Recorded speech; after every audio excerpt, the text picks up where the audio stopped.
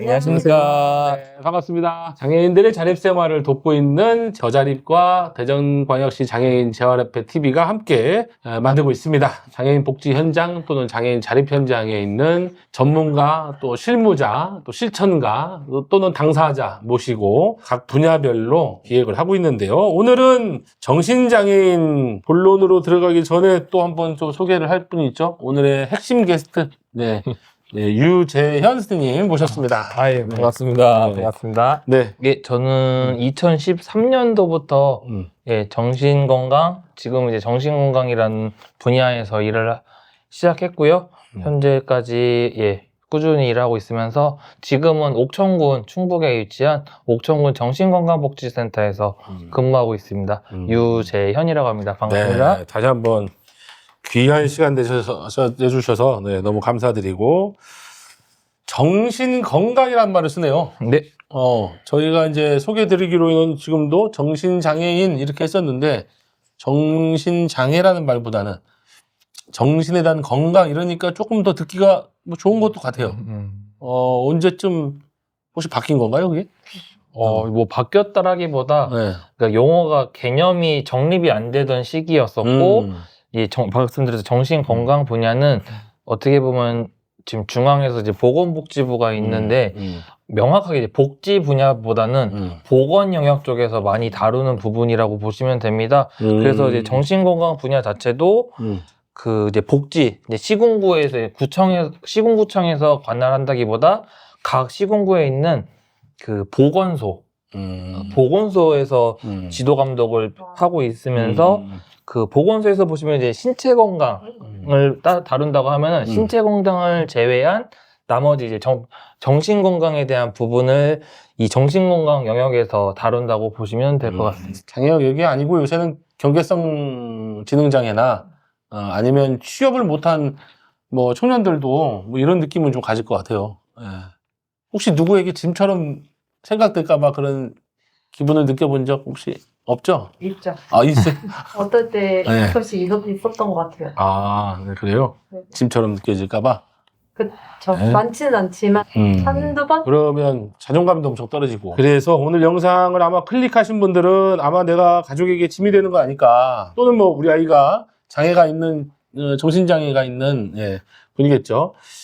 부모님 입장에서 아니면은 주 양육자 입장에서는 우리 아이가 혼자 살 수 있을까, 그런 고민들을 많이 안고 계실 것 같은데, 특히 정신장애를 가진 당사자와 그 가족분들의 심리적 부담감, 또 뭔가 이 경제적 불안감, 또 막연한 또 불안감도 아마 있으실 것 같고, 다 말로 표현할 수 없을 것 같아요. 또 우리 비장애인들이 바라봤을 때 정신장애는 특히 장애인 중에서도 편견이나 오해가 제일 많은 영역 같기도 하고, 그렇습니다. 그래서 더 이상 혼자 좀 고민하지 마시고, 또는 부모님들도 마찬가지고, 지역사회에서 당당하게 자립을 좀 하실 수 있었으면 좋겠고, 그런 일들을 돕고 있잖아요. 소위 정신재활시설이라는 곳에서. 예, 맞습니다. 네네네. 그래서 안정적인 주거나 소득 보장을 받을 수 있는 길도 아마 오늘 소개 좀 해주실 것 같고, 취업 노하우도 혹시 있을까요? 취업 노하우라고 네. 하면은 뭐 아무래도 성실함, 뭐 꾸준히 일할 수 있는 부분은 이게 뭐 장애인 직업재활 전반적으로 그게 가장 중요한 부분이 아닐까 싶습니다. 그래도 하여튼 뭐 제가 알기로는 우리 선생님이 취업 관련해서는 또 일을 또 오래 하셨으니까, 예, 정신장애인 분들 그 취업장 주로 그쪽에 많이 지원해 주셨기 때문에 맞습니다. 당장 실행할 수 있는 어떤 구체적인 방법이라든가, 이미 알고 있어도 처음 듣는 사람한테는 생소할 수 있으니까 그런 팁 같은 것들도 드실 수 있을 것 같아요. 끝까지 함께 해주셨으면 좋겠습니다. 자, 그러면 먼저 저희가 이제 한번 여쭤볼 거는, 일단 정신장애인 이러면 뭔가 병원이 딱 생각나는 거는 또 기정사실인 것 같아요. 정신장애인 느낌이 어때요? 정신이 올바르지 않다. 올바르지 않다. 야, 이렇게 얘기했잖아요. 지금. 와, 이게 이제 우리 현장에서는 엄청 욕먹을 만한 얘기인데, 아프신 분. 아프신 분? 그렇죠. 아프신 분, 건강하지 않으신 분, 뭐 이런데 올바르지 않다라는 건 평범하지 않다라는 뜻이었어요. 평범하지 않다. 수습이 안 되시는 것 같아요. 예. 뜻이 안 돼요? 정신이 정신이 이런 역할을 하라고 부른 거니까 이런 역할을 이렇게 생각하는 사람들이 있단 말이에요. 정신이 올바르지 않다. 올바르다는 걸 그럼 어떻게 정의할 것이냐 이 문제가 또 있고. 왜 그죠? 항상 이걸 알면서도 질문하고 딱 대답하면은 왜 이렇게 대답을 할까? 그러니까 이게 이제 편견적 사고나 네. 비장애인 중심 사고가 되는 거죠. 예. 정상이 아닌 것 이런 식으로 보기 십상인 것 같아요. 아무튼 그런 얘기도 좀 좋습니다. 저런 것까지 같이 얘기 좀 해주시면 좋겠어요. 배워갑니다. 올바르지 않다거나 아까 평범하지 않다던가 그럼 너는 평범하지 않습니다. 비난하지 않기. 네. 이렇게 물어볼 것 같아요. 테스트 잘못인 네. 것 같아요. 근데 저게 치료적인 접근이 하게 된다고요. 예, 맞습니다. 병원부자분이 일하시면서 벌써 10년이 훨씬 넘으셨다고 했으니까 예. 예. 정신 건강 분야 또는 정신 재활 분야 뭐 다 통용되는 얘기인데 당사자들도 그렇고 가족들도 그렇고 가장 크게 좀 어려움을 느끼거나 현실에 대한 괴리를 느끼거나 예, 기대하는 바나 뭐 이런 것들은 뭐가 있는지. 네. 예, 뭐 앞서 말씀해 주신 것처럼 정신 건강은 왜 정신 장애라는 표현도 있겠지만은 정신 질환자라는 표현도 있습니다. 그래서 그분들은 네. 장애를 갖고 있는 정도는 아니지만 정신 건강적으로 일상생활에 문제 상황이 발생하시는 분들을 이제 정신 질환자 분들이라고 하는데 조금 포괄적이 되는 겁니다. 그래서 장애인이라고 국한되어 있는 게 아니라 비장애인도 정신 건강에 있어서는 뭔가 누군가의 도움이 필요하고 무언가의 지원이 필요할 수 있겠다라는 접근이 들어가다 보니까 보다 다각적인 접근이 필요했었고 그러다 보니 사회복지의 영역뿐만이 아니라 간호 그리고 임상심리, 작업치료 이렇게 해서 사회복지까지 포함해서 4가지 분야에서 다각적으로 접근을 하는 방법들을 취하고 있습니다. 그래서 앞서 말씀해 주신 것처럼 병원을 중심으로 한 치료적 접근이 있겠지만은 뭐 사회복지 쪽에서 저희가 늘 말하는 장애인들을 회복, 재활 저희는 이제 회복이라는 용어를 치료적 접근에 대칭되는 표현으로 이제 회복 중심의 재활훈련, 재활 프로그램들을 이제 저희 사회복지 영역에서 많이 다루다 보니까 아까 말씀하셨던 것처럼 정신장애라는 표현이 조금 더 와닿을 수는 있겠지만은 저희 현장에서는 정신장애라는 표현보다는 정신장애뿐만이 아니라 정신질환까지 포함하는 정신건강이라는 표현을 좀 포괄적으로 쓰고 있습니다. 이해가 좀 되세요? 네. 저는 약간 좀 말이 그래도 쉽게 설명하시려고 노력을 했는데도 전문 용어가 좀 많이 들어가 있다 이런 좀 느낌을 좀 받았는데 정신질환 그러셨잖아요. 예. 정신질환 그냥 우리가 생각했을 때 정신질환이라는 게 뭐 환각이나 뭐 환청이나 예.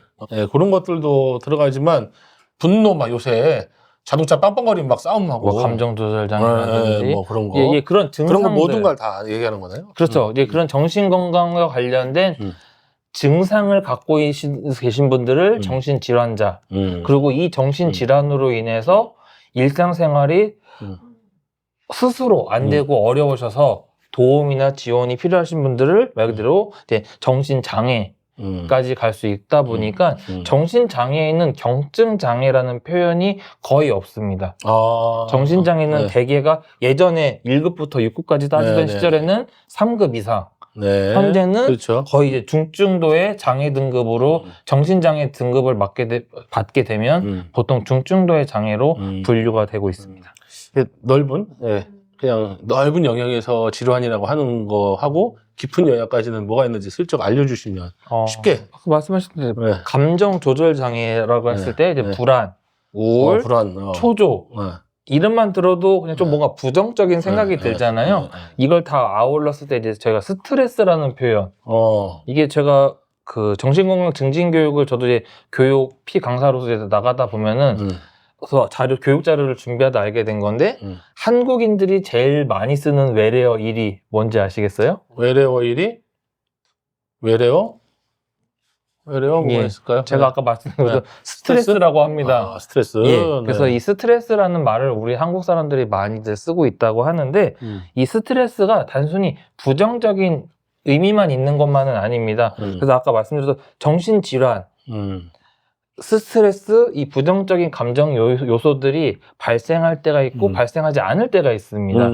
근데 그분들에게 이제 정부 차원의 이제 정부 차원에서는 장애라고 보기는 어렵다. 네. 왜냐면 이 감기처럼 네네네. 질환이라고 하는 거는 감기처럼 일시적인 증상이기 때문에 그런 분들은 정신 질환자로 분류가 되는 것이고 일상생활에 있어서 그런 증상들이 24시간, 뭐 6개월, 뭐 장기간 꾸준히 증상이 발현이 되시는 분들은 이분들에게는 장애 등급으로 분류를 해주시고 있다고 하면서 아까 좀 어렵다 하셨는데 쉽게. 질환과 네. 장애의 구분을 그렇게 이해해 주시면 되지 않을까 싶습니다. 그러면 장애는 이제 영구히 쭉 남아서 맞습니다. 그 기능, 일상생활이 현저히 어려울 때 우리가 장애라고 부르고 맞습니다. 질환은 치료될 수 있다.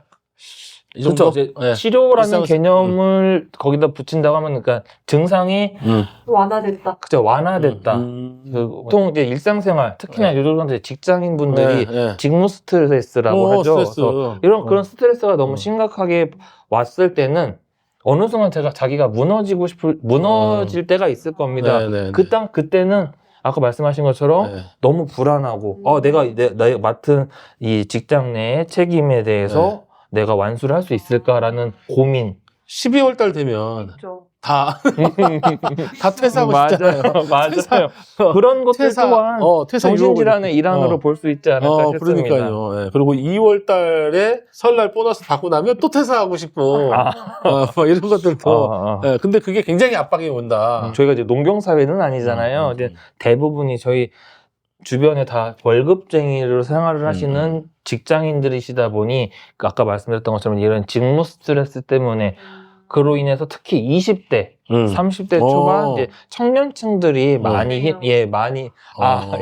많이 힘드실 것 같아요. 그래서 요즘은 청년분들의 정신질환이 그 빈도수가 많이 높아져서 저희 정신건강복지센터에서도 청년층을 타겟으로 한 지원 사업들이 많이 운영되고 있습니다. 은둔형 외톨이. 예, 맞습니다. 외톨이 그런 문제도 부분들도. 엄청 심하니까. 예.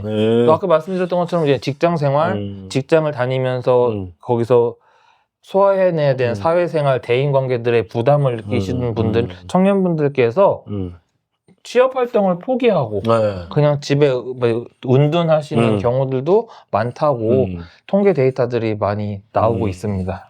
자연스럽게 이어지는 것 같은데 그래서 당사자나 가족들이 호소하는 가장 큰 어려움 뭐가 있나요? 가장 큰 어려움.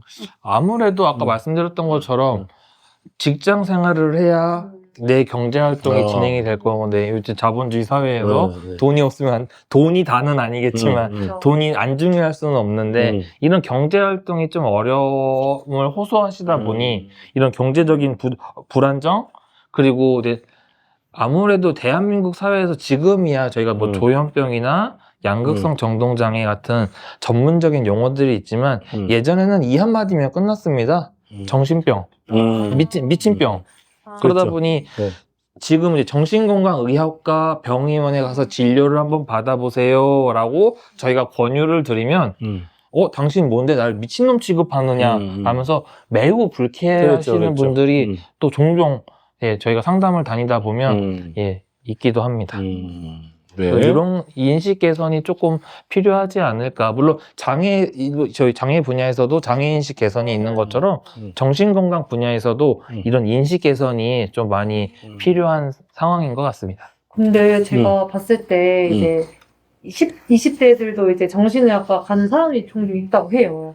근데 그런 얘기 들었을 때 인식이 좀 많이 바뀌었다. 그래도 옛날보다는. 맞아요. 요즘 젊은 층들에서는 서로 간에 저 사람 많이 힘들었겠다라는 공감이 되다 보니 아무래도 고연령, 40대, 50대 그 이상의 그 중장년 이상 연령층보다는 요즘 20, 30대 청년분들은 이런 정신과적인 무한 도움을 받는다는 것에 대한 인식이 연령대 대비로는 조금 더 개선이 되어 있는 건 또 사실이긴 합니다. 그래요? 젊은 20대, 30대 초반 이 친구들도 통계를 보면은 아무래도 병원 가는 거를 다 괜찮다고 생각해요? 다라고 하기보다는 아까 말씀드렸던 것처럼 그 시대적인 격차가 있다 보니 예전에 옛날보다 먹고 살기 힘들던 시절에 노동의 가치를 매우 중시 여기던 옛날 어른들은 저는 그러니까 정신적으로 힘들다라고 하면은 일하기 싫어서 그렇지, 뭐 그렇지. 뺑기 쓴다, 뭐 요령 핀다, 요령 이게 핀다. 이렇게 보시는 시선들이 많다 보니 그러니까 신체 질환에 비해서 정신 질환에 대해서는 조금 그 경중을 좀 낮게 보시는 경우가 좀 그래. 많은 그렇죠. 반면에 요즘 젊은 층들은 그 직장 생활을 한번 해보더니 너무 힘들어서 그런 힘듦을 호소하는 주변 또래에 대해서 좀 공감하고 이해해주는 부분이 좀 넓은 게 아닌가 싶습니다. 친한 사람들은 없고 이제 오다 가다가 만난 사람들 들은 중에 얘기들, 들은 맞아요. 얘기도 있으면 그거를 이제 고등학생 때 빠르면 맞아요. 네, 20대 근데 그런 거를 도움을 받았다고 얘기를 해서 그래서 이제는 인식 자체가 좀 많이 넓어졌구나 좋아졌구나 네. 요즘 전 세계적으로 네. 그 연구 결과를 보더라도 정신질환이 초기에 발병되는 빠른 시기가 예전에는 보통 15세 이상에서 잡았거든요. 근데 요즘은 9세, 10세의 어린 아동에서 10세 그러니까 좀 10살 에서 나온다고 해서 많이 나온다고 했는데 요즘은 아동기에서도 이런 그래서 요즘 최근은 아니죠. 꽤 됐는데 ADHD라고 들어보셨나요? 근데 이런 이 아동 질환들이 많이 발견이 되고 이런 치료라든지 이런 개선할 수 있는 이런 과정들이 많이 나오고 있는 것 같습니다. 기왕이 말이 나왔으니까 ADHD 예. 그 금쪽 같은 내 새끼 금쪽이 그것 때문에 엄청 지금 저변이 확대된 것 같아요. 웬만한 애들은 그쵸. 다 ADHD예요. 방송에서 많이 언급되고 많이 발견되니까 ADHD가 많아진 것처럼 보이는지 옛날에 비해서 아니면 실제로 많아진 건지 어떻습니까? 그거에 대한 제가 확보한 건 없어서 뭐라 말씀드리긴 조심스럽기는 한데 이제 분명한 거는 정신과적인 약물이 많이 개발이 됐거든요. 네. 그러다 보니 뭐 아이들이 뭐 산만하다, 뭐 주의력이 결핍됐다, 행동이 과잉됐다, 요 두 가지가 그 ADHD의 요점이거든요. 그래서 이런 부분을 약물 치료나 아니면 놀이 치료를 포함한 상담 치료를 통해서 많이 개선되는 부분들이 발견이 되었다 보니 이런 도움이 충분히 필요하다면 저는 도움 받을 필요가 있다고 생각을 하고요. 그런 비율에 대해서는 제가 볼 때는 예전에는 그러려니 넘어갔던 것들에 대해서 뭐 층간소음이라든지 예전에는 층간소음에 대해서 이웃 간에 그렇게 문제가 없었잖아요. 맞아요. 다 이해하고 근데 요즘 층간소음이 예민하다 보니 집에서 아이가 그렇게 자유분방하게 놀도록 방치해둘 수는 없다 보니 이런 치료적 개입이 조금 필요해서 하다 보니 이런 것들이 많이 관심사가 되고 이슈화된 게 아닌가 싶습니다. 저 궁금한 게 하나 있는데요. ADHD가 있었는데 모르고 넘어갔다. 그리고 나중에 호전됐다. 그런 경우도 있나요? 뭐 그런 경우들도 있을 수는 있겠죠. 아까 말씀드렸던 것처럼 정신질환이라고 하는 건 영구히 증상이 유지되는 게 아니라 이 폭이 있는 거고 어떻게 보면 이거를 개인의 그 역량으로 볼 수도 있겠지만 사회적인 관념도 있거든요. 사회적인 관념상 수용이 될 수 있는 범주 내에서 그 감정의 기복이 있는 경우에는 뭐 일반이라고 볼 수 있겠지만 뭐 엄격한 사회 예전에 그 가톨릭 사회에서는 가톨릭 사회라고 하면 너무 종교적인 발언일 수도 있는데 서당이라고 합시다. 서당. 옛날 서당에서는 한 뭐 20분씩 앉아 있어야 되는데 그렇죠. 요새는 한 10분밖에 못 앉아 있으면 이거 질환인가 이렇게. 그래서 요즘은 개선되지 않는 분들은 요즘 성인 ADHD라고 해서 성인이 된 후에도 이렇게 대화를 나누다가 밥 먹었어요? 라고 하면서 엉뚱한 소리를 한다든지 나 여기 좀 무릎이 너무 아프더라 라면서 이게 좀 주의력이 결핍되거나 대화 중에 야 있잖아 하면서 이제 아까 말씀드린 과잉된 행동들을 보이는 것들이 이제 성인이 된 후에도 아까 적절한 치료나 회복 과정을 넘기지 못한다고 하면 성인이 된 후에도 이런 증상들을 보이시는 분들이 있다고 합니다. 다른 장애보다도 그러니까 장애와 비장애의 경계선에서 왔다 갔다 하는 일이 되게 많고 맞습니다. 직장 생활에서 아주 지랄 같은 상사 아니면 지랄 같은 소비자 사람 때문에 너무 힘들다 할 때 도대체 사람이 저런 얘기를 어떻게 저렇게 하지? 하는 사람들은 좀 마음의 병이 있는 것 같아서 그런 것들도 다 생각해보면 다 정신건강의 문제 같은데. 그래서 저희도 이제 장애 쪽 정신장애인 분들을 하다 보면은 그 경도성 인지장애를 갖고 계신 분들하고 정신장애를 갖고 계신 분들하고 조금 이 구분에 대해서 좀 헷갈려 하시는 경우들도 있어요. 그래서 정신장애를 갖고 계신 분에게 그 경도성 인지장애 진단이 나와서 가시는 경우가 있고 단순히 그냥 경도성 인지장애가 있으신 분인데 이 사람 정신적으로 이상해, 사회성이 떨어져 라는 평가를 진단 후에 정신장애자로 분류하시는 경우도 있어서 저희 전문가들이 한 장기간 뭐 사례 관리라고 하는 것처럼 이제 장기 관리를 하다 보면 그런 데서 조금 오류가 발생하는 경우도 가끔씩 간혹 발견되기도 합니다. 저희가 재작년인가 영상 하나 다룬 게 정신병원에도 아침이 온단가 그거 다뤘거든요. 맞습니다. 거기서도 나왔던 캐릭터 중에 한 명이 여자 고등학생 아이인데 여자 고등학생이 경기성 지능이었거든요. 근데 이제 스튜어데스가 되고 싶다고 끝까지 우기는. 맞아요. 그 영화였나요? 드라마였나요? 드라마였어요. 드라마. 그 드라마가 이 정신건강에 대한 조금 관심을 많이 높이는 계기가 됐던 게 좋은 것 아닌가 싶습니다. 좋은 계기였던 것 같습니다. 저는 김구라가 굉장히 많은 역할을 한 것 같은데 특히 이 공황장애에 대해서는 김구라가 방송 나올 때마다 한동안 공황약 먹는다 그리고 다 연예인들 보면서 다 공황약 먹어라 이게 되게 많았거든요. 공황약 먹는 게 좀 아무렇지도 않은 그 전까지는 되게 문제였는데 그렇죠. 공황장애도 이제 정신질환의 일환으로서 말그저 연예인이 그래 방송에서 괜찮다, 누구나 접근할 수 있다, 누구나 이런 적절한 치료는 필요하다라고 용기 있게 말씀해 주신 게 참 좋은 계기였던 것 같습니다. 그리고 공황장애도 연예인이 아니더라도 올 수 있잖아. 맞습니다. 옛날에 아는 사람이 이제 어깨가 많이 아파가지고 스트레스겠죠. 이제 어깨가 많이 아팠는데 어떻게 하다가 이제 스트레스 때문에 정신병원 가서 약을 받았는데 어깨도 많이 좋아졌다고 하더라고요. 정신질환의 대표적인 증상 중에 하나가 이 말씀해주신 신체화 증상이라고 있는데 실질적으로 근육통이 있는 게 아니에요.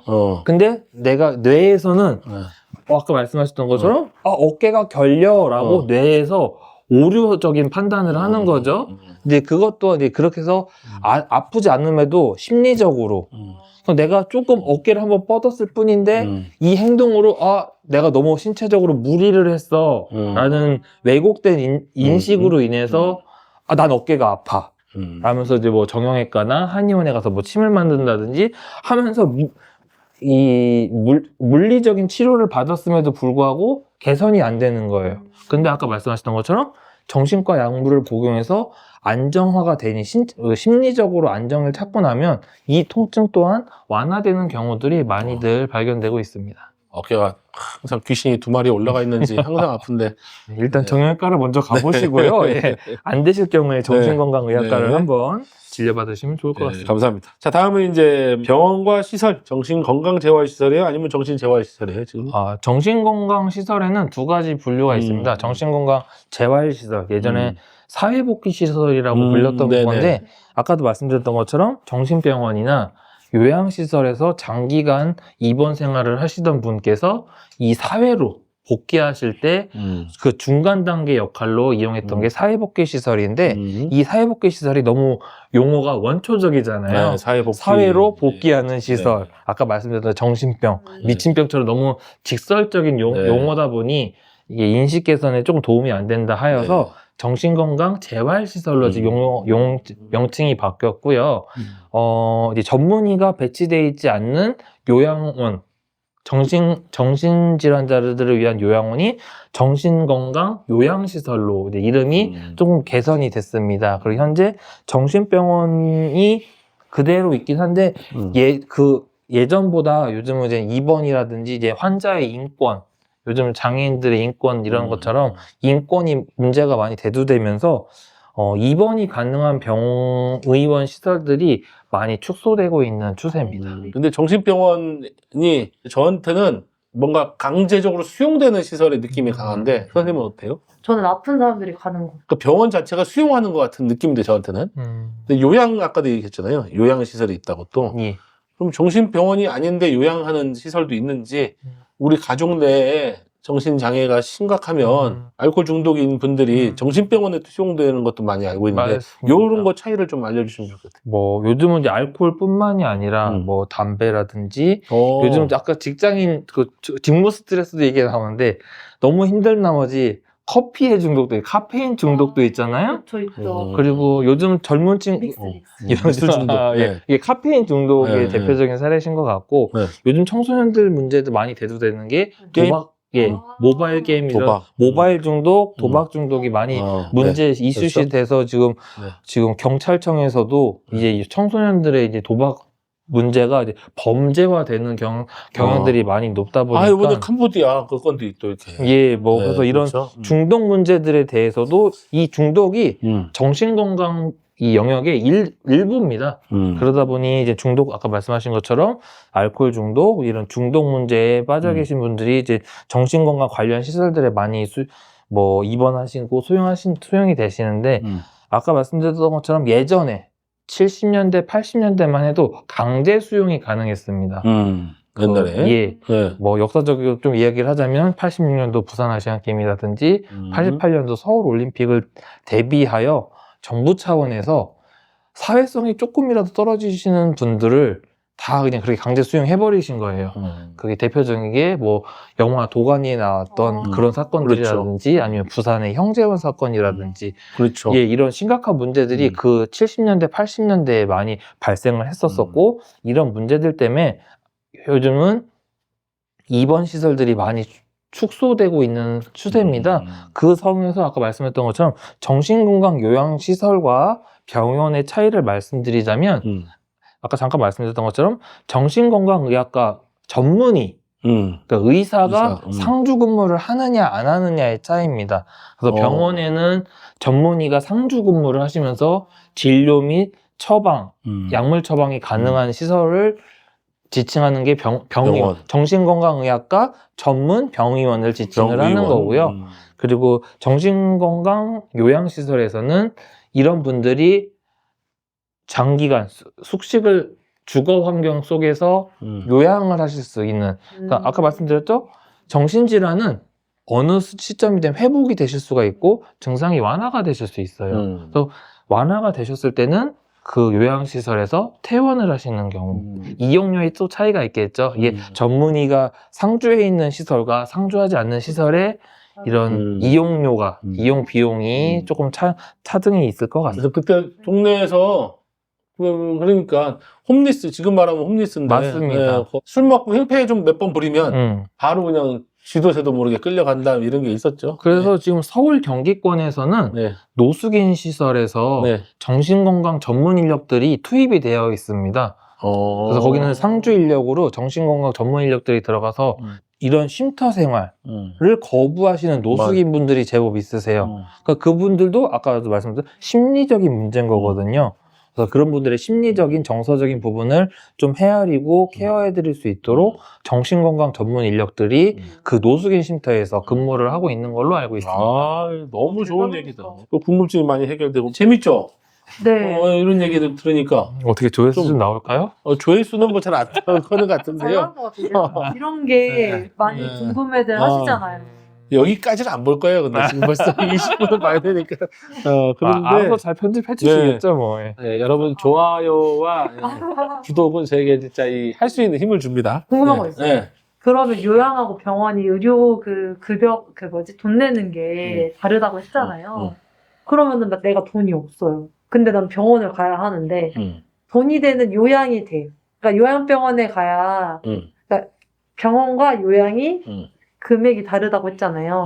요양시설하고 요양시설하고 병원이 더 비싸겠죠. 일반적으로. 그러니까 근데 나는 돈이 없어. 근데 병원을 가야 되는데. 기초생활 수급자 뭐 같은 경우에는 무료 아닐까요? 기초생활 수급자 같은 경우는 일단은 시군구청에서 뭐 의료비 지원이라든지 긴급생계 지원 그리고 정신건강에 있어서는 행정입원이라는 절차가 예전에 이제 강제입원이라는 표현이 있었다면 이제 어감이 또 안 좋다 보니 강제입원이라는 표현은 조금 지양하고 이제 행정입원, 행정력의 도움을 받아서 시군구청장의 동의를 받아서 행정적인 절차에 의거해서 입원을 하실 경우에는 행정력, 이제 시군구청에서 입원비, 치료비, 진료비들을 지원해주고 있는 서비스가 있습니다. 그러면 예전에는 가족 중에 이제 한 명이 예를 들면은 뭐 배우자나 예, 아니면 부모 정신병원에 넣어달라. 그러면 예. 이제 한 명만 있어도 넣었는데 예. 그 다음에 바뀐 게 2명 이상의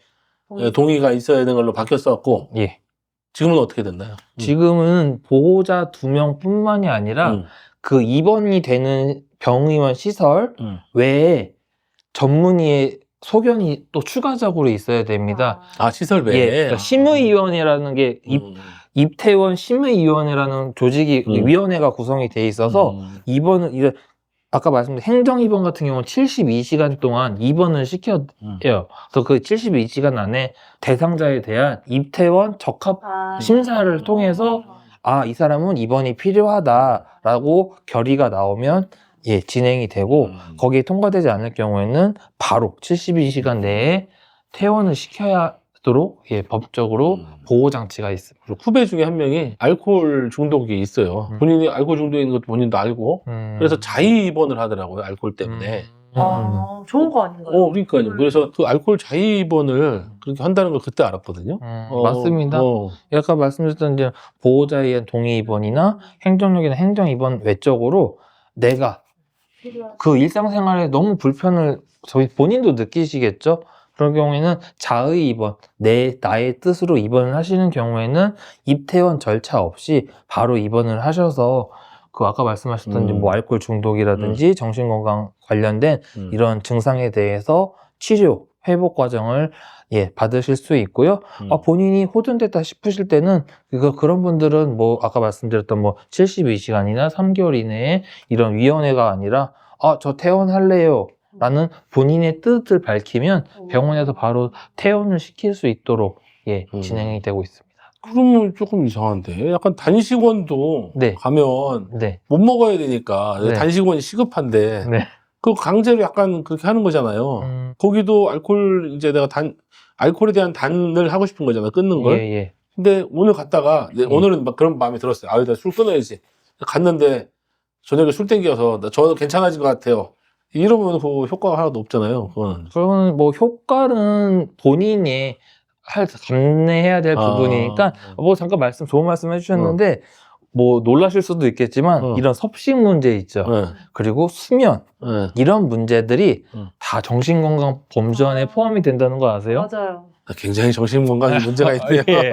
이 왜냐면 예, 식욕 식욕 식사에 대한 욕구잖아요. 이 욕구가 자체가 감정이거든요.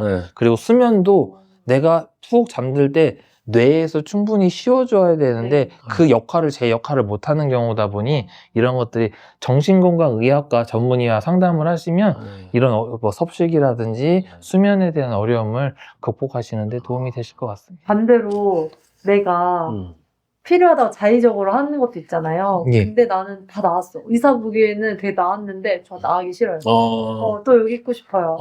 이럴 경우에는 그런 경우도 종종 봤습니다. 왜냐면은 이런 장기 입원하신 분들이 특히 제가 갑자기 전문 용어가 떠오르질 않는데 쇼생크 탈출에 교도소에서 복역을 하다가 나오신 이후에 20년씩 사회생활을 할 자신이 없어서 스스로 목매무로 목숨을 끊으신 그 분이 계셨는데 그런 것처럼 이런 시설에서 장기간 요양을 하시다 보면 자기가 이제 그런 극복에 대한 자립에 대한 능력이 좀 향상이 돼야 되는데 자립 능력이 향상이 되지 않는 경우에는 그렇게 이제 시설에서 관리받는 수용적인 삶 좀 길들여지시려는 분들도 왕왕 있기는 합니다. 완전히 적응이 됐을 테니까요. 그렇죠. 또 하나의 나의 완전한 집이고 예. 정신 뭐 요양원이든 병원이든 한 5년 있다 나온다면 나 같아도 적응할 수 있을까에 대한 걱정이 대체적으로 이런 분들은 아까도 말씀드렸던 10대 중후반, 20대 초중반에 발병이 됐기 때문에 이런 만성 질환자의 경우에는 20년 30년 이상 입원 생활을, 그러니까 일생을, 중장년층 그 시기를 다 그 병원에서만 사신 경우도 예, 많습니다. 그러니까 영국에서 탈시설 패러다임으로 전환을 했을 때도 정신재활 시설 에서 그렇게 장기로 격리돼서 살아온 것 때문에 시설을 열거나 시설 밖에서 재활해야 된다는 네. 패러다임이 나오게 된 거죠. 최근 강조되고 있는 게 회복지향 모델, 정신장애인 분야에서의 자기결정권은 또 어떻게 생각하고 계신지. 예. 초전에 말씀드렸던 것처럼 이제 뭐 강제 입원 예전에 이 행정 입원 요즘 최근 이제 법제화로 많이 이슈가 되고 있고요. 지금 올 7월 달에도 한번 1차 개정이 돼서 법안이 통과가 됐고 아 이걸로 부족하다. 그래서 지금 추가적으로 지금 법령 개정이 지금 진행이 되고 있는 걸로 알고 있는데 그런 거죠. 입원 치료에 대한 결정권. 장애인 분께서 입원 치료에 대한 결정을 하느냐. 그를 둘러싼 주변 사회와 가족들이 결정하느냐. 이걸 이제 그런 자기결정권에 대한 문제. 그리고 뭐 굳이 입원까지 아니더라도 나는 약 안 먹어도 일상생활에 불편함 없어 라고는 하지만 주변에서 봤을 때는 약물을 먹어야 되는데 당신은 약물을 먹어야 돼 하지만 당사자가 난 약물 안 먹어도 된다니까요. 그러니까. 나는 멀쩡해요 라고 한다면 그것에 대한 자기결정권은 어떻게 받아들일 것이냐.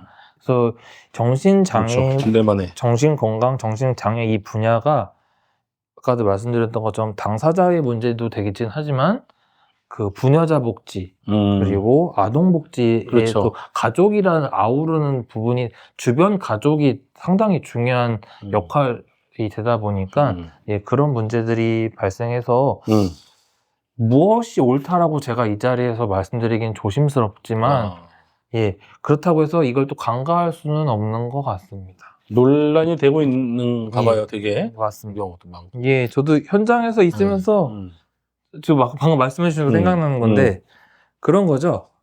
술을 마시고 행한 범죄에 대해서 술에 취해서 그랬어요.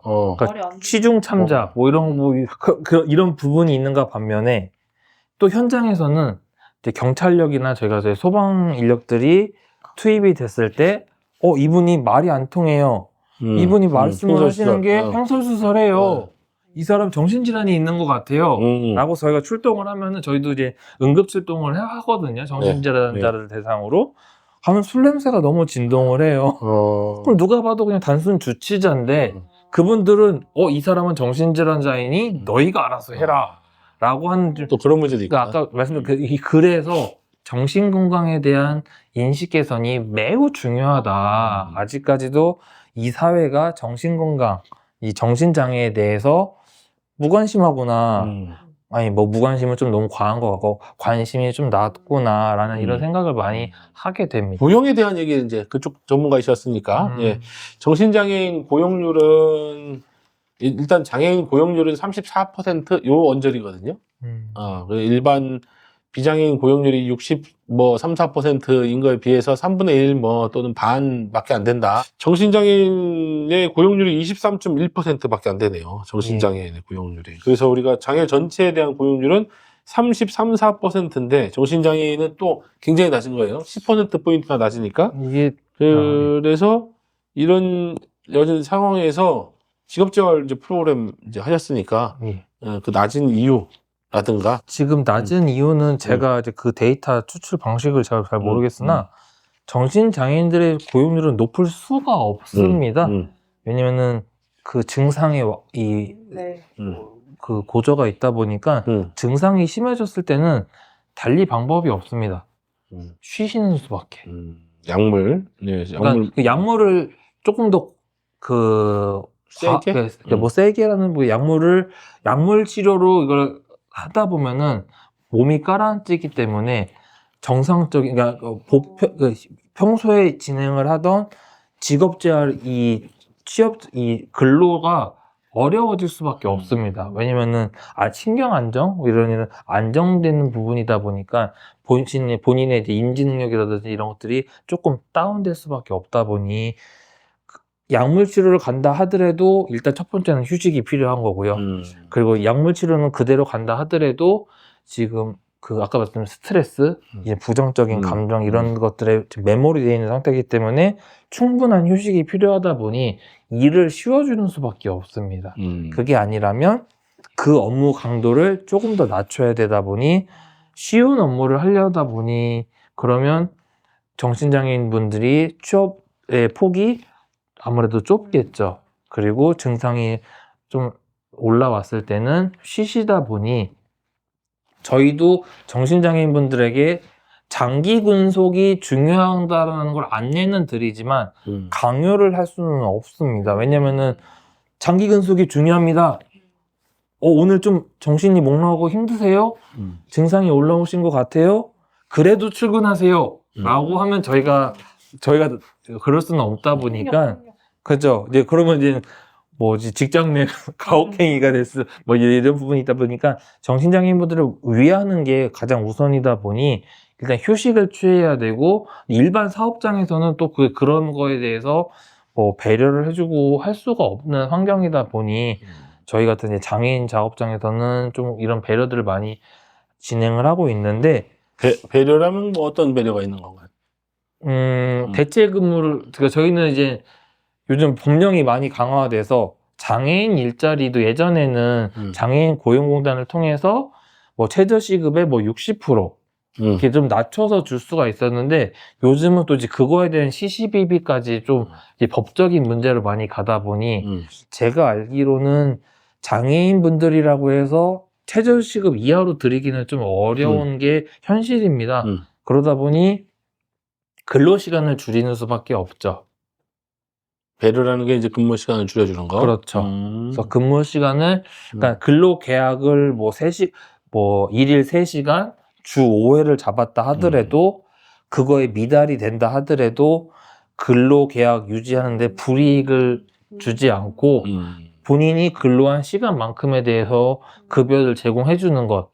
그러면 간혹 이제 그런 분들은 나는 일일 3시간, 주 5회, 15시간 근로계약을 했는데 왜 난 12시간씩 급여만 주느냐?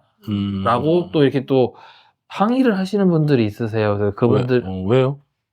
그러니까 자기가 근로 태도에 대해서는 있으신 채로 나는 15시간 근로를 하기로 했으니 내가 들어오던 급여만큼은 왜 안 주냐라고 하시는 분들도 종종 있기는 합니다. 입장에서 배려해줘야 될 것들, 어떤 거? 네. 정신장애인, 저희, 이렇게 합시다. 자, 정신장애인이 직장 생활을 꾸준히 이어가는 거, 또는 근무를 할 수 있는 고용을 유지하기 위해서 배려하는 것이 무엇이 필요한지, 이제, 뭐 잘 아시는 분이니까 여쭤보고 싶은 거고, 먼저 사례를 얘기한다면, 우리 카페에도 정신장애인 여성분이 오셨었거든요. 네, 그래서 하루에 한 3-4시간, 이제 복지 일자리, 그렇게 해서 이제 일을 하셨는데, 저희가 그때 배려했던 건, 여쭤봤죠, 계속. 이거 하시면서 어려운 건 있으시냐, 뭐 이런 일반적인 것부터. 그 다음에 그래도 주방에서 칼을 만지거나 다른 사람하고 협업해야 되니까 언제든지 다른 사람들이 말한 게 이상하게 들렸거나 본인한테 공격한다고 느꼈거나 뭐 무시한다고 느꼈거나 어쨌든 조금이라도 다른 사람하고 느낀 게 뭐 하면 좀 언짢거나 하면 바로 얘기해달라 이런 얘기는 했었거든요. 네, 그 정도 하고 본인이 쉬고 싶은 날은 아무 때고 쉬어라 요 정도 네 했는데 이렇게 정신장애인 뭐 지금 사회복지 시설이든 아니면 고용 시설이든 이런 데서 정신장애인에게 배려해야 되는 건 어떤 건가요? 네.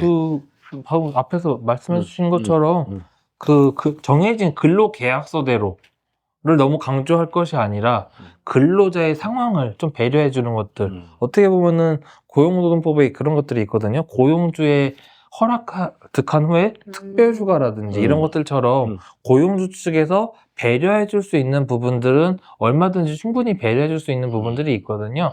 근데 사실상 그런 게 좀 쉽지 않은 게 요즘 최근에 고용시장의 현실이다 네. 보니 그 정신질환자분들이 정신장애인을 가지신 분들이 근로를 하는 데 있어서 어느 정도 약간의 기복은 있을 수 있을 겁니다. 하지만 그것이 정신장애인의 특성이라고 보기는 좀 어렵다고 봐요. 왜냐면 일반인 분들도 뭐 전날 뭐 과음을 하셨을 때 그 다음날 숙취 때문에 이 근무에 집중하기가 어렵다든지 네. 아니면 그렇죠. 네. 가정 내에 우환이 있어서 그런 근심 걱정들 때문에 또 스트레스가 돼서 직무에 집중하기 힘드신 그렇죠. 이런 개별적인 상황들에 대해서 네. 취업장 쪽에서 고용주가 아니면 직장 상사가 배려해주고 이해해주는 만큼 이게 정신장애인분들이 근로자들의 근로에 있어서도 정신장애를 갖고 계신 분들의 특성이 이러하니 그리고 뭐 장기간 근속을 같이 함께 한다면 그분의 특성이라든지 증상에 대해서도 충분히 이해하실 수 있을 겁니다. 그래서 그런 부분들에 대해서 조금 증상적인 부분 때문에 힘들어 하는구나. 그러면 휴식을 아까 요 카페에서도 했던 것처럼 휴식을 좀 더 제공한다든지 그리고 그 당사자와 협의하에 지금은 많이 힘들어 보이니 지금은 1시간 정도 휴식을 가고 다음번에 1시간 더 일해줄 수 있느냐라는 당사자와의 충분한 대화 시도도 충분히 이분들께 도움이 되지 않을까 싶습니다. 그렇게 해주면 좋겠는데 저희 같은 경우에도 장애인을 고용하기 위해서 만든 기업이니까 그렇게 하는 거고, 근데 이제 정신장애인 분들이 제가 보니까 뭐 김치 공장 가서 일하는 분들도 있고 세차장 가서 일하는 분들도 있고 다양한 직종에 여러 군데 이제 그 소위 말하는 일반 직장에 막 계신데, 그런 회사의 사장님이 대개는 중소기업이나 뭐 소규모 자영업이니까 그렇게까지 배려해서 하기는 아마 힘드실 것 같은데. 그래서 제가 자신 있게 말씀드릴 수 있는 게 정신장애를 갖고 계시는 근로자분들의 강점이 또 하나 있습니다. 단순 노무, 이제 루틴이 잡혀 있다고 하죠. 뭐 아까 말씀드린 세차장이라든지 뭐 제조 공장이라든지 이런 단순 노무에 대해서 의외로 강하십니다. 투, 원, 투 이렇게 이런 단순한 작업들 대체적으로 작업을 하는 게 제가 예전에 뭐 작업 취업장에 갈랐을 때 그 무공해 물감 제조 공장이었었습니다. 그러니까 조색을 하다 보니 그 도료들을 섞는 건데, 이 정신장애를 갖고 계신 분들이 되게 의외로 깐깐하시고 엄격하십니다. 그러니까는 비율을 누구보다도 더 잘 맞추실 수가 있어요. 집중력이 좋으신 건가요? 그런 집중력이라는 표현 보다는 그죠? 집중력, 단순히 말하면 집중력이라는 표현, 그러니까 꽂히신 거에 대해서는 단호하신 분들이시기 때문에 이렇게 해야만 해 라고 되게 자기 자신에게 되게 엄격하게, 그러니까 정신질환이라는 게 정신장애라는 게 그런 거거든요. 자기 자신한테 너무 엄격해서 오는 그런 스트레스들의 일환이라고 볼 수 있기 때문에 그런 단순 제조라든지 이런 단순 행동을 하는 업무에 대해서는 어떻게 보면 그 일반 비장애인 분들보다도 더 능력이 더 뛰어나신 거를 제가 많이 보아왔습니다. 그래서 저 또한 그런 제조 분야 쪽으로 많이 제가 취업을 알선을 많이 해드렸고, 그쪽으로 가셔서 뭔가 그 패턴이 루틴이 잡히신 분들은 충분히 저희 이제 제가 예전에 정신재활시설에서 근무할 때는 약물 관리라든지 이런 것들까지 저희가 병행을 하면서 증상을 잘 잡아드리면서 장기 근속할 수 있게끔 했을 때 충분히 시정 가능했던 부분이에요. 그 자폐성 장애인하고 비슷한 맥락이 있네요. 발달 장애나 자폐성 장애인들도 뭐 그러실 것 같습니다. 어떤 루틴이나 그런 것들을 만들어주는 게 중요한 만큼 한번 잡힌 루틴을 고집하려는 경향들이 모든 사람이 그런 건 아니지만 일반적으로 나타나는 특성이니까 그렇죠? 이게 대신, 강점이 될 수도 있다. 그렇죠. 아니면 변수에 대한 임기응변? 위기 대처를 그들에게 죄송합니다. 그게 좀 어렵죠? 그런 것들은 매우 스트레스가 높게 나타나실 수 있기 때문에 그런 것들에 대해서는, 그래서 제가 그 취업장애 담당자분들, 직장 상사분들에게 제가 요청을 드려요. 만약에 작업 중에 실수를 한다거나, 실수는 누구나 할 수 있는 거니까요. 그런 것들에 대해서 너무 과격한 언행으로 쥐잡이라고 하죠. 하지 말고 좀 따뜻하게 대해주시면 충분히 다 수습하실 수 있는 능력이 있으신 분들이다 라고 안내해드렸을 때, 그렇게 진행했을 경우에는 선순환 구조로 위기도 잘 극복하셨던 것 같습니다. 다른 장애보다 특히 정신장애에 대한 포비아, 두려움 뭐 이런 게 더 있을 것 같은데 그렇지는 않은가 보죠? 공포요? 그러니까 기왕에 내가 이제 김치공장 사장님이에요. 김치공장에서 뭐 우리 하는 거 어차피 뭐 배추 이게 절이는 거 넣었다 뺐다만 하면 되는 거니까 야 발달장애인들 누구든 장애인 고용하자 이렇게 했는데 정신장애인 온다 그러면 약간 더 거부하거나 이런 거 있냔 말이죠. 발달장애나 그러니까 지적이나 자폐보다 정신장애인. 근데 일반 장애인을 고용하는 장애인 고용 작업장이 아니라고 하면은 일반 채용 과정에 있어서 장애 유무를 밝히지는 않습니다. 그거는 고용법상 불법입니다. 그죠? 그래요? 예. 밝히지 않고? 예, 일반 작업장에서 장애가 있고 없고를 채용 과정에 있어서 본인들이 얘기 안 해요? 확인하는 거는 그건 확인? 예. 확인. 근데 하긴? 이력서가 그렇게 지원했을 때 내 몸이 좀 아프다는 거잖아요. 네. 그러면은 그런 걸 좀 알려야 하지 않을까요? 왜냐면 비장애라고 그러니까 생각하면 갑자기 일하다가 막 이렇게 할 수 있잖아요. 그러니까 제가 말씀드린 그러니까 저희 사회복지사 인력들이 지원을 나가는 곳은 주로 장애인 장애인을 고용하는 사업장, 예를 들어 대전광역시 같은 경우는 이제 무지개 센터라든지 이런 장애인을 고용하는 이런 전문 사업장이 따로 있고, 지금 선생님께 말씀하신 김치 공장에서 장애인을만 고용해서 김치 공장을 돌리는 곳은 제가 이런 사업체를 발굴을 하셔야 될 거 아니에요? 예. 지역에. 예. 발굴하다 보면 예. 김치 공장 같은데 뭐 발굴은 어떻게 하시는지 몰라도 예. 가서 저희 정신장애인들도 일할 수 있으니까 써주십시오 이렇게 하면 아우 난 정신장애인들은 좀 감당하기 어려워 뭐 이런 얘기나 그런 경험은 좀 없으시네요. 네. 그런데 어떻게 보면은 그 취업장을 새로 발굴하는 과정에서 그런 부분들이 발생을 하는데 예, 그런 부분에 있어서는 저희가 물론 정신장애를 앓고 계십니다라고 저희가 말씀을 드리죠. 그래서 이분들의 장점과 그리고 보완해야 될 점들을 아까 말씀드렸죠. 네. 이분들은 성실하게 일하십니다. 딱 담배 피는 시간 10분만 보장해 주시면 꾸준히 일만 열심히 담배만 필 수 있게 해주시면 제가 말씀드린 건 규정된 휴게 시간을만 보장해 주신다고 그렇죠. 하면 그 휴게 시간 외에 근로 시간에 있어서는 누구보다도 충실하게 성실하게 일을 하신다라는 걸 저희가 왜냐면 그분들하고 오랫동안 대면해가면서 그분에 대한 특성을 저희가 파악을 했기 때문에 저희도 정신장애를 앓고 있다고 해서 다 취업장에 소개하거나 알선하는 건 아니거든요. 앓고 있다고 표현해요? 질환이니까요. 감기를 앓고 있다. 가지고 있다? 이렇게 표현하게 돼요? 장애를 가지고 있다. 질환은 앓고 있다. 앓고 있다. 그렇죠. 아무튼 그렇게 하는데 개발은 잘 되는 편입니까? 저는 굉장히 안 될 것 같은데.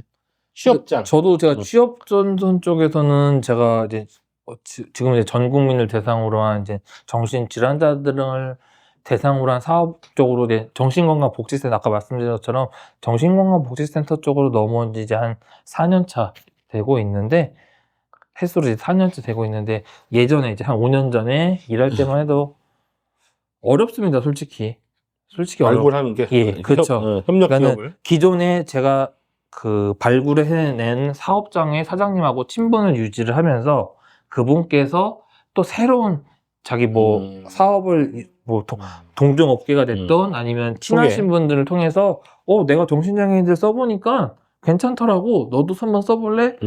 우리가 소개시켜줄게 해서 저희가 소개를 받아서 이렇게 아름아름으로 가신 한계점이 좀 있고요. 이런 아까 말씀드렸던 것처럼 장애인 취업이 아니라 장애인 고용이 아니라 일반 채용 시장을 저희가 편의점 아르바이트라든지 요즘은 아르바이트라는 표현보다는 요즘 시간제 근로자들이 많잖아요. 그래서 그런 것처럼 아까도 말씀드렸던 정신장애인 분들은 일일 8시간 풀로 근무를 하시는 게 그렇게 쉽지가 않습니다. 그래서 4시간 이내로 좀 안내를 하고 계십니다. 해서 예를 들어서 편의점 아르바이트 같은 경우는 주간 근무자 이후에 야간 근무자까지 해서 보통 저녁 18시부터 22시까지 요 3, 4시간이 시간 공백이 좀 있습니다. 애매합니다. 요 부분이. 그래서 편의점 점주분들이 많이 어려워 하시는데 그런 시간대들 그러니까 4시간 이내로 해서 그런 것들을 저희가 공략을 해서 그 채용 공고 나는 곳들에 대해서 저희가 이력서 작성부터 시작해서 면접까지 저희가 소개를 해드리고 만약에 그분이 면접까지 통과가 됐다 하시면 저희가 채용 전, 그러니까 근로계약서 작성 전에 저희가 당사자의 동의를 구하고 찾아가 뵈서 그 고용주와 사실 이분이 이러이러한 장애가 있다는 걸 알고 있고 저희가 관리해드리고 있습니다. 그러면서 그래서 그분께서 동의를 하시면 채용이 고용이 진행이 되고 저 몰랐는데 그렇다면 좀 채용하기가 어렵네요 라고 하면 또다시 또 다른 취업장을 또 알아보는 이런 반복적인 예, 방법을 택할 수밖에 없었습니다. 우리가 법령으로 사실 이제 지금 여성인지 남성인지 나이하고 학벌하고 뭐 이런 거 다 이제 네. 안 밝히고 고용을 저희 지원을 하니까 네. 아까 얘기하신 것처럼 정신장애가 있다는 걸 말할 의무도 없고 네. 그걸 물어보는 건 불법이고 네. 라고 합니다라고 했는데 고용할 수 있도록 훈련시켜서 먼저 합격을 시켜놓은 다음에 네. 그래도 약간 뒤에가 이제 불안하니까 저희 입장에서는 아까도 말씀드렸던 이분이 일상의 루틴이 잡혀야 되거든요. 꾸준히 일할 수 있는 작업장을 취업장을 저희가 제공해 드리는 게 목적이기 때문에 단순히 근로계약서 쓰고 취업했다고 해서 이분이 나중에 가서 약간 아무래도 근로 능력이 조금은 서투시고 그럼 처음부터 그렇게 밝히고 얘기하는 건 뭐 왜 안 돼요? 처음에 밝혔을 때 정신장애야? 안 돼. 라는 선입견이 발생하기 때문에 그리고 그로 인한 당사자의 심리적인 충격이 생각 외로 큽니다. 이분들은 네. 정서적 심리적으로 불안정하신 상태이기 때문에 거기에서 그렇죠. 오는 상처가 그렇죠. 꽤 큽니다. 크고 트라우마로 남고 네, 다만 자존감 떨어지고 최종 합격까지 본인이 받아들였을 때는 내가 해냈다 라는 만족감이 성취감이 있기 때문에 그 후에 아까 우려하셨던 것처럼 당신 굳이 정신장애가 있어서 그럼 우리 채용이 안 된다라고 하면 저희는 그분들께 당사자분들께 드릴 말씀이 있습니다. 그렇죠.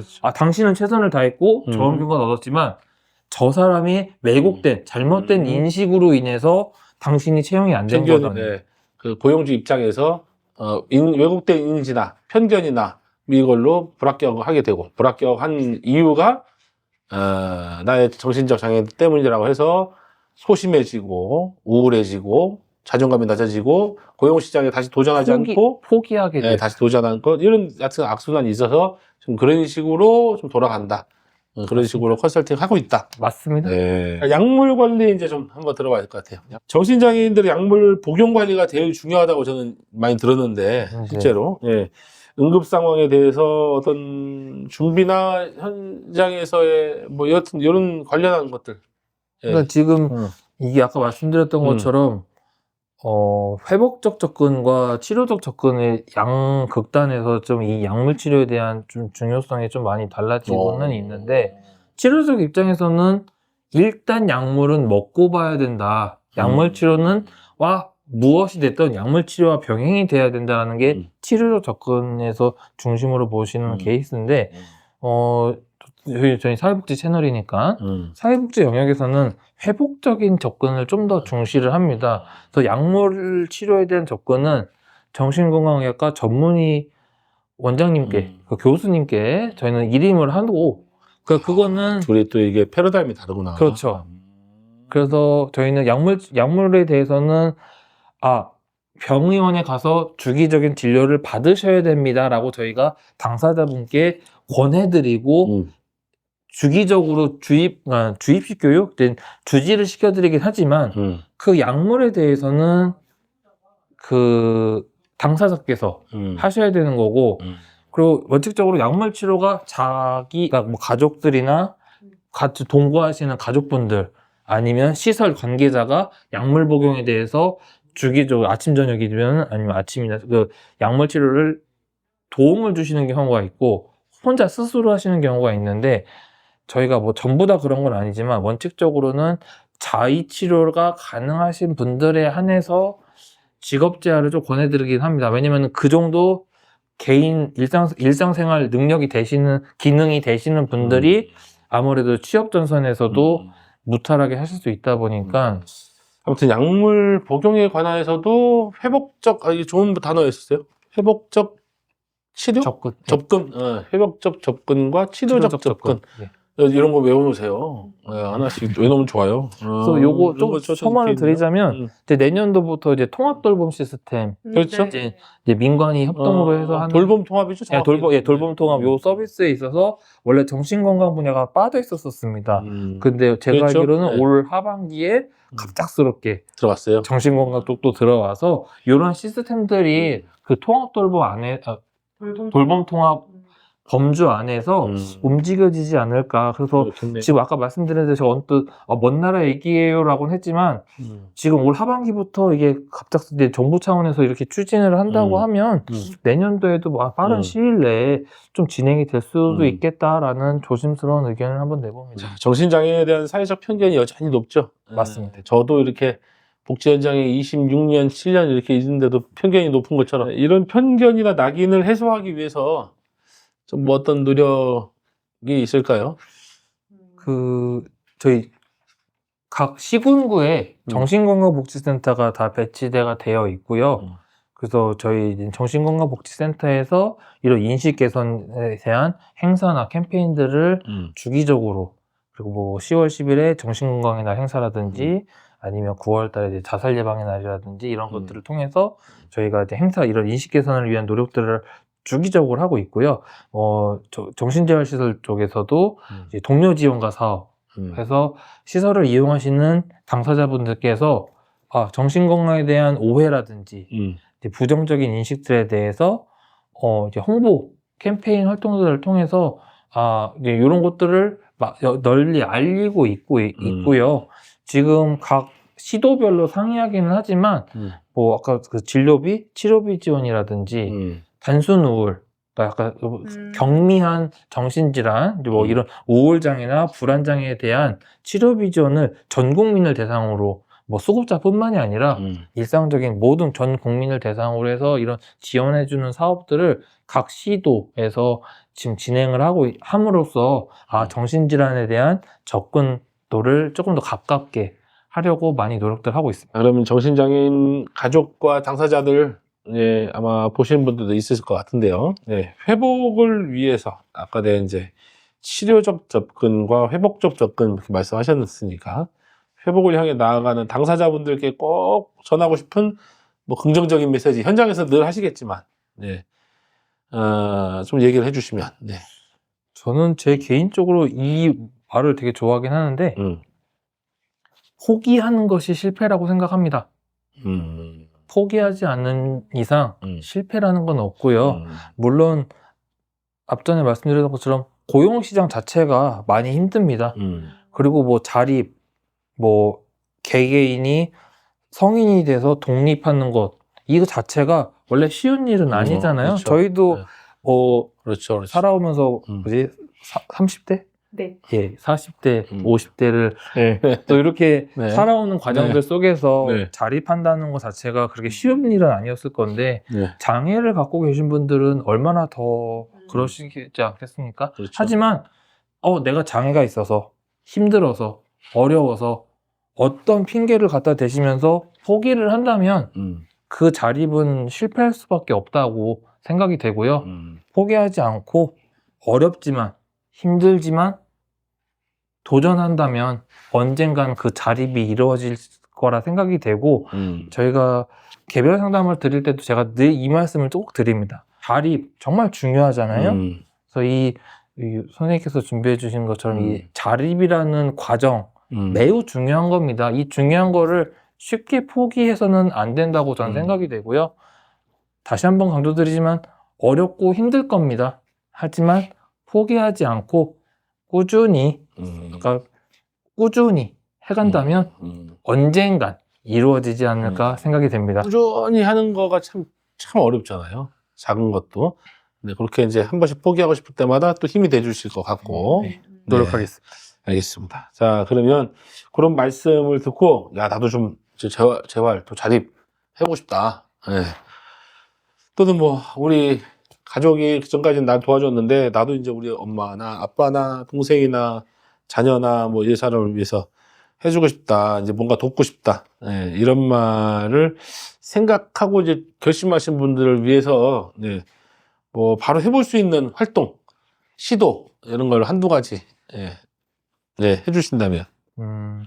일단은 원칙적으로 네, 아까 원론적인 이야기를 하자면 가까운 시군구 행정복지센터에 가셔서 도움을 요청하시는 것. 왜냐면 그 안에서 경제적인 지원, 뭐 물질적인 지원을 받으실 수 있을 거고요.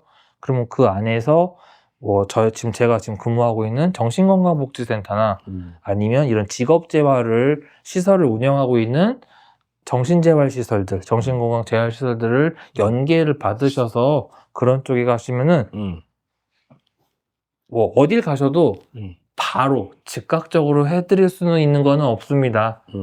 당사자분과 전문가들이 만남을 통해서 좀 꾸준히 만남을 이어가다 보면 그 안에서 적합한 일자리라든지 적합한 이런 자립을 위한 길들을 함께 그려 나갈 데 있어서 도움을 주실 수 있지 않을까 싶습니다. 자, 그래서 두 가지 얘기해 주신 거죠. 첫 번째는 정신건강복지센터로 즉시 찾아가십시오.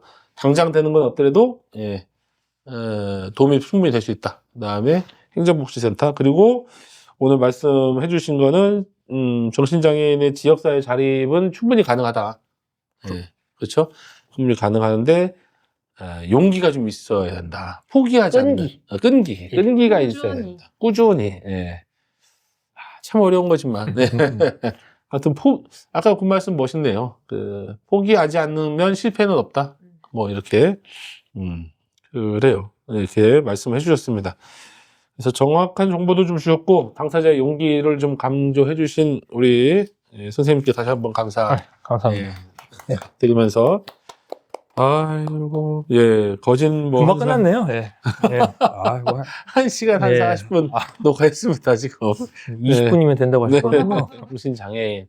정확하게 얘기하면 정신질환을 앓고 있는 분들에 관한 다양한 얘기들을 해봤습니다. 선생님 참여하신 소감, 네. 저도 네. 새로운 것에 정신장애인에 대해서 장애에 대해서 조금 많이 알아갔던 것 같고 저도 궁금한 거 있어가지고 여쭤봤는데 잘 대답해 주셔서 좋았습니다. 네. 자, 이제 선생님 소감 한번 해주시죠. 예, 저도 제가 뭐 어떻게 제 역할을 잘 했는지 잘 모르겠는데요. 또 제가 아는 범위 내에서 최선을 다해서 답변 드렸고요. 기타 뭐 더 궁금하신 사항이 있으시면 댓글로 남겨주세요. 네. 감사합니다. 좋아요, 감사합니다. 구독. 네. 감사합니다. 이렇게 안 맞아. 원래 이거 안 맞아요. 항상 안 맞았어요. 네, 지금 5년째 하는데 안 맞아요.